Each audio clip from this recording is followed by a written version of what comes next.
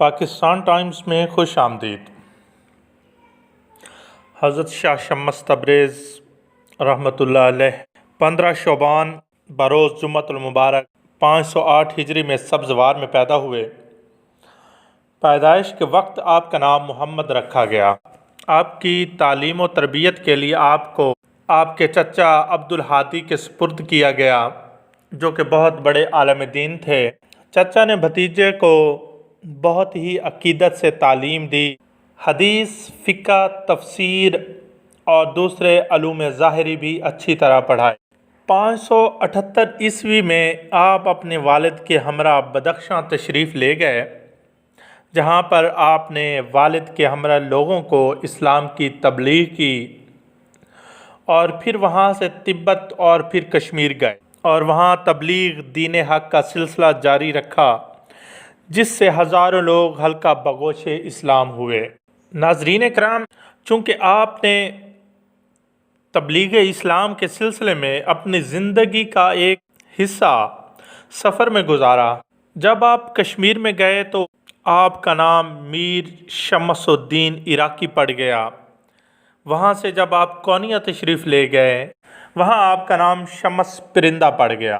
جب آپ شام اور مصر تشریف لے گئے تو وہاں آپ کا نام میر شمس مغربی پڑ گیا۔ آپ کا قیام تبریز میں تقریباً 12 سال تک رہا، وہاں آپ کا نام شمس الدین تبریزی پڑ گیا۔ ان مختلف ناموں کی وجہ سے بعض مورخین کو غلط فہمی ہو گئی کہ یہ سب الگ الگ شخصیات ہیں۔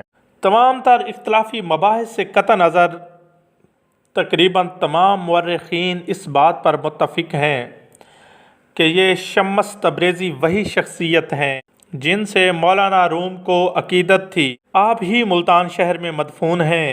آپ کے والد کا نام سید صلاح الدین نور بخش تھا۔ تبلیغ دین سے فارغ ہو کر آپ اپنے وطن سبزوار تشریف لے گئے۔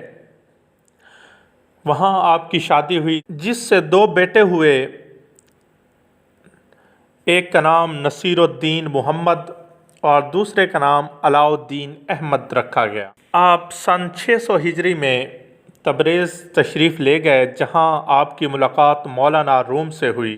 مولانا روم کو آپ سے عقیدت ہو گئی اور وہ اکثر آپ کے ساتھ رہتے تھے۔ کچھ ہی عرصے بعد لوگوں نے مولانا روم سے کہنا شروع کر دیا کہ آپ ایک ننگ دھڑنگ فقیر کے قبضہ میں آ گئے ہیں۔ تقریباً 12 سال تبریز میں رہنے کے بعد آپ واپس سبزوار تشریف لے گئے اور پھر وہاں سے بغداد چلے گئے۔ جب کونیا میں مولانا روم سے آپ کی ملاقات ہوئی تو مولانا روم حوض کے کنارے بیٹھے درس و تدریس میں مشغول تھے اور حوض کے کنارے کتب پڑی ہوئی تھیں۔ مولانا سے آپ نے پوچھا کہ یہ کیا ہے، تو مولانا نے فرمایا یہ کیل و کال ہے جسے تم نہیں جانتے۔ یہ سن کر آپ نے تمام کتب حوض میں گرا دیں، جس سے مولانا کافی ناراض ہوئے، تو آپ نے حوض میں ہاتھ ڈال کر تمام کتب نکال دیں۔ مولانا نے دیکھا کہ یہ سبھی کتب خشک ہیں اور پانی نے انہیں چھوا تک نہیں، تو مولانا نے کہا یا شیخ یہ کیا ہے، جس پر آپ نے فرمایا یہ ذوق و حال ہے جسے تم نہیں جانتے۔ یہ کہہ کر آپ اٹھ کر چلے گئے۔ آپ تقریباً 12 سال تک تبریز میں رہے، اس کے بعد وطن واپس سبزوار آ گئے، پھر وہاں سے بغداد چلے گئے۔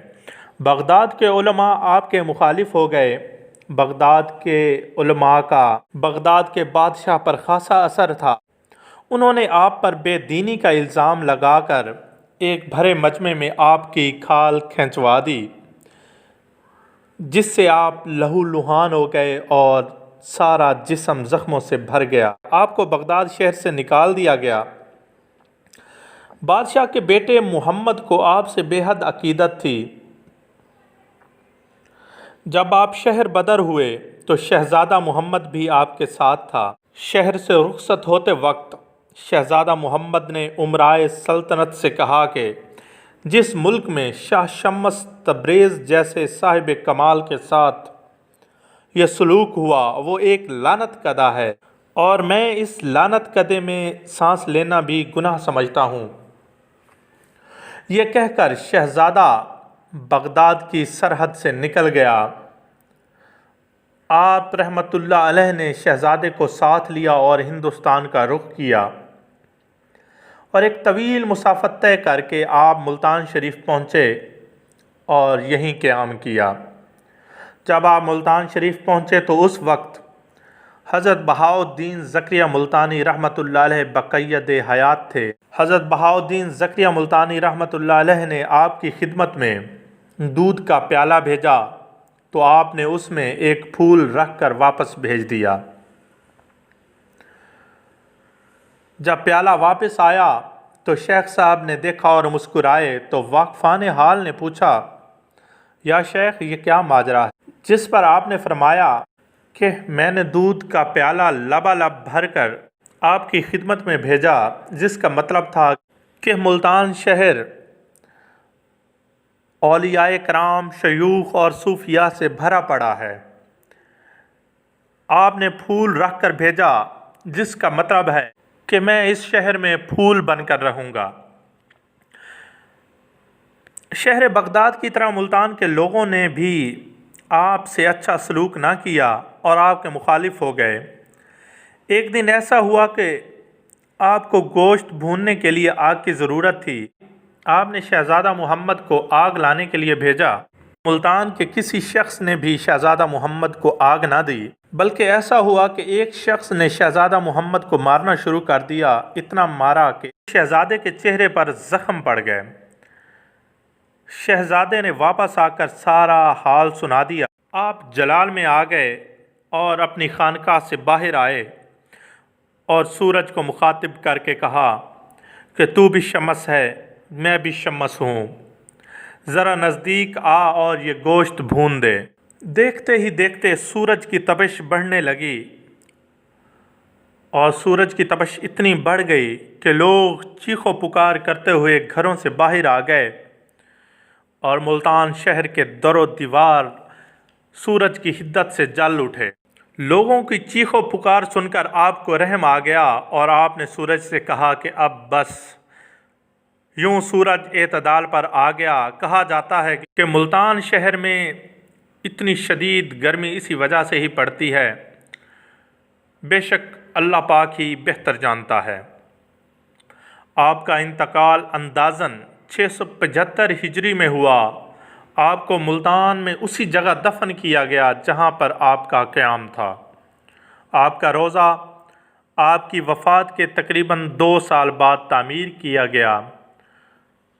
شروع میں آپ کے روضے کی عمارت کا رنگ سفید رکھا گیا۔ ایک دفعہ آپ رحمۃ اللہ علیہ اپنے وطن سبزوار میں ایک مجلس میں تشریف فرما تھے۔